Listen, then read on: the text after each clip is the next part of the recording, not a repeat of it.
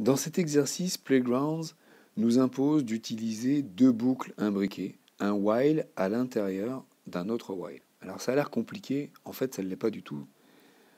C'est plus simple qu'il n'y paraît, et c'est très pratique parce que vous allez voir qu'avec très peu d'instructions, on va résoudre ce puzzle qui pourtant semble assez long, puisqu'il s'agit à chaque fois de parcourir une rangée jusqu'à trouver un gem, puis une autre rangée de longueurs différentes, et ainsi de suite, les longueurs des rangées à chaque fois étant de plus en plus courtes, jusqu'à arriver à la fin au dernier gem. On voit que le dernier gem, lui, se trouve au fin fond du puzzle, où on est bloqué de partout. Bloqué de partout, c'est ce qui va nous être utile. Alors dans un premier temps, on va regarder ce premier while, celui qui va nous permettre en fait d'effectuer une rangée. Cette rangée, il se passe quoi? Eh bien en fait, on va avancer. On va avancer jusqu'à un gem. C'est-à-dire que tant que nous ne sommes pas sur un gem, on avance. Tant que nous ne sommes pas, ça se traduit par while is not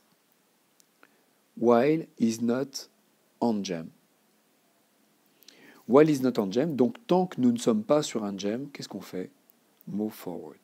On avance d'un pas. Et ça va recommencer tant qu'on ne sera pas sur un gem.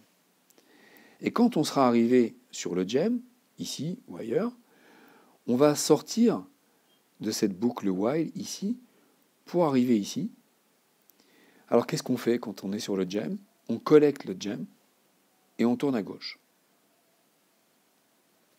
Donc là, on va se retrouver dans la position ici d'être face à une nouvelle rangée.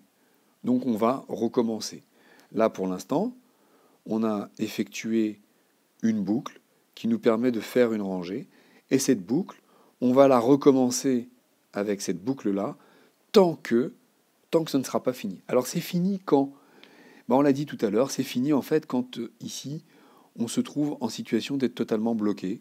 C'est-à-dire que même après avoir collect gem et tourné à gauche, on est bloqué.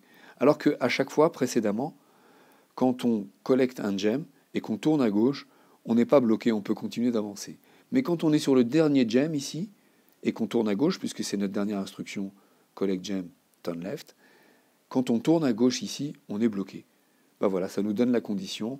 La condition, c'est que tant qu'on n'est pas bloqué, while is not blocked, on recommence à effectuer la boucle qui résout à chaque fois une rangée. Vous avez vu, finalement, ça se résume à 5 pas de programme, 5 lignes de programme.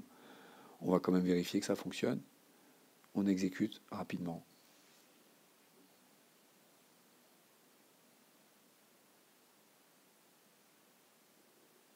Donc les rangées s'effectuent les unes après les autres.